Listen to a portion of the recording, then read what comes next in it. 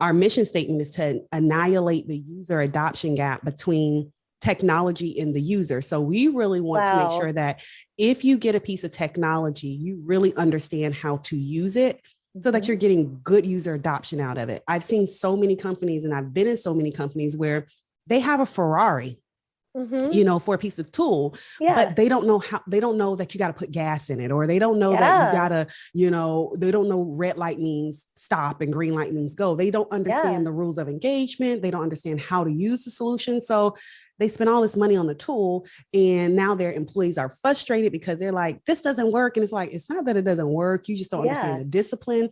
And you've made it past onboarding. You know how to push the buttons, but you don't really understand how you're doing what you need to do.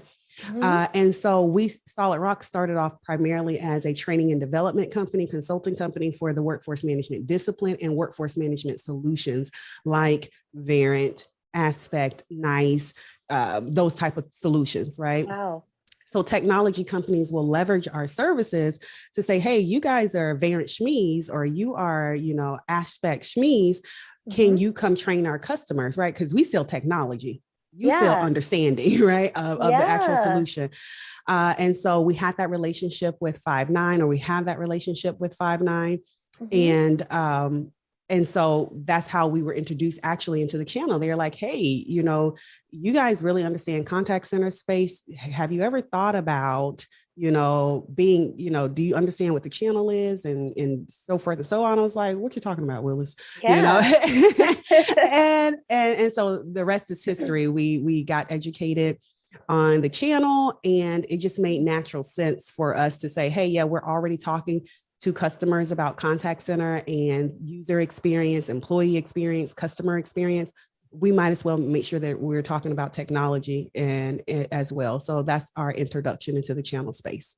So cool. The way you're describing workforce management reminds me of just like the traditional engineer role. Like the engineers know the product so well, in and out, backwards, forwards.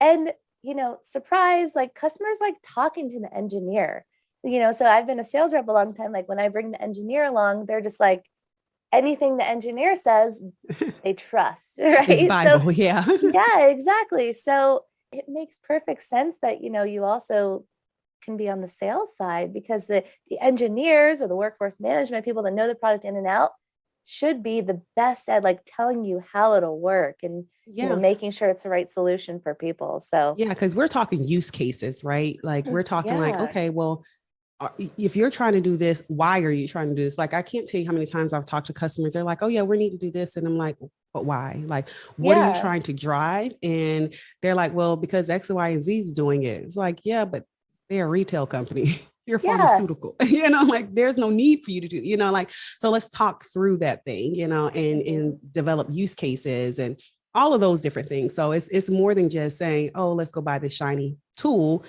because it's industry standard, or because it fits on a nice Forrester report. Let's buy it because it fits into our ecosystem and our culture and what we're driving.